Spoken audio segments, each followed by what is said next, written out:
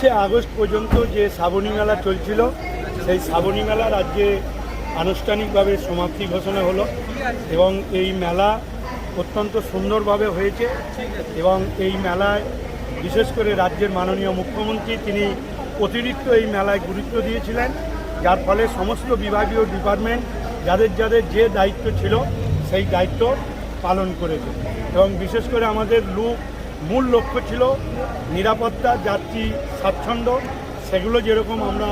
Police করতে পেরেছে এবং স্বচ্ছতা পরিচ্ছন্নতা সেটাও আমরা করতে পেরেছি পঞ্চায়েত পৌরসভার উদ্যোগে এবং বিশেষ করে এবারে পিএইচই ডিপার্টমেন্টের পর্যাপ্ত টয়লেট, পানীয় জল,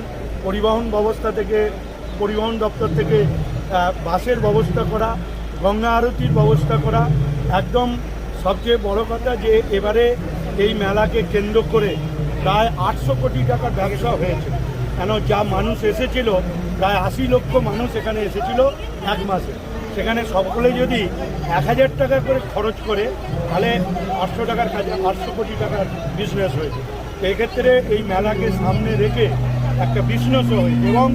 80 লক্ষ মানুষ পূর্ণ অর্জন করে সুষ্ঠুভাবে বাড়ি গেছে। তাই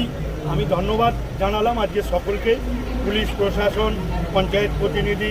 ডিএম, এসডিও, বিডিও সকলকেই ধন্যবাদ জানিয়ে এবং এ বিষয়ে যারা স্বচ্ছতা, ছবি আঁকা